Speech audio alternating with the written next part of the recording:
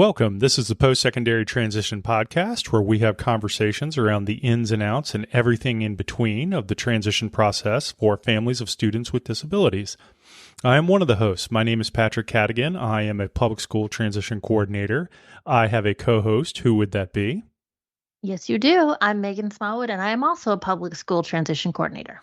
All right, so here we are. We had fully intended on having our finishing conversation around what families can expect from senior year.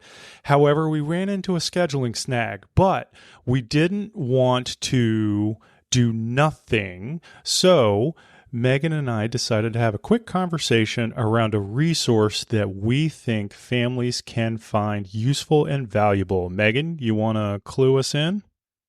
Absolutely. I know we've had many conversations around our Developmental Disability Agency for Maryland, DDA, and we wanted to just shine some more light on the developmental disability agencies in general. Because remember, every state has one, and they work to provide services and supports to those individuals with developmental disabilities and their families.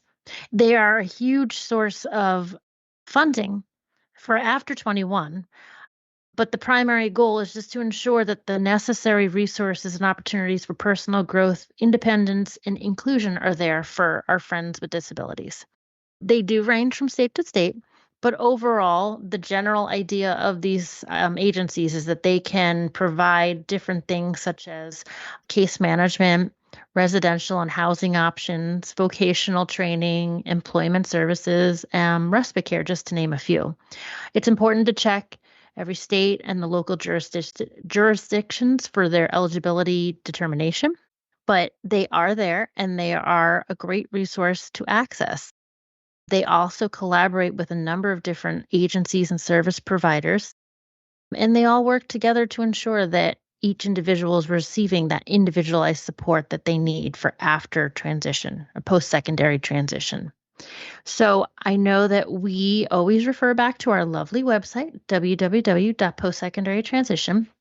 And at the top, you'll see the different icons where you will find resources. And if you scroll down to developmental disabilities agencies, you'll find a nice little summary of this information, as well as a link that will actually bring you to the website for the National Association of State Directors, which actually lists all the different developmental disabilities agencies per state that are out there in our country. Yeah, they give you the option to surf it in a couple of different ways. Once you open that link and you get to the resource, they have a visual map of the United States, and you can just scroll and hover over the state that you're interested in and click on it. It will give you that information. Or you can continue to scroll down the page and it will list each state alphabetically. Or right near the top of the page, there is a button for a download that will give you a printable PDF that lists all the agencies alphabetically, and that will give you something that you can take with you. But the point is that this is a great resource for families, for anyone, anywhere, as they are looking to do their research, and this could be a valuable tool in that research process. Yeah, and I think, a few things to remember is we talk a lot about eligibility versus entitlement after you leave the school system. All of these agencies are based off of eligibility. So each one has their own application process, their own criteria. So it's important to do the research if you do plan or you are planning for the future for after 21, if you don't plan on residing in the same state. Every state has their own waiting list, which is something else to remember. So even if you are on a waiting list or you are eligible for services in the state of Maryland, if you were to leave the state of Maryland and go to a different state, it would be starting over. I know I have a lot of conversations with families that plan on retiring in a different state down the road, so it's something to consider and just start looking at as you plan for the future. All right. And so, with that, once again, we are looking forward to getting back to our regularly scheduled programming, but we did want to leave you with something new. So, we will talk with you soon.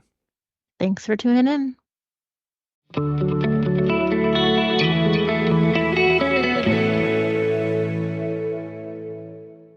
As always, you'll find links to the information from our conversations in our show notes. We would love for the information from this and all our other discussions to reach as many families as possible, and we need your help to do that.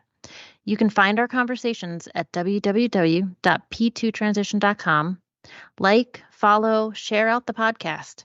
Our conversations are posted to all the major platforms, including Apple Podcasts, Spotify, YouTube Music, and that's just naming a few. So please share and share often. Please check out our YouTube channel. We've done some of the legwork for you by curating videos of topics that revolve around transition. We have playlists for guardianship, alternatives to guardianship, ABLE accounts, and there's more to come, so please be sure to subscribe there as well. And finally, check out our website, which is full of information and links to resources around the transition process. Open your web browser of choice and surf to www.postsecondarytransition.com. We thank you so much for the time that you've spent with us and look forward to talking again soon.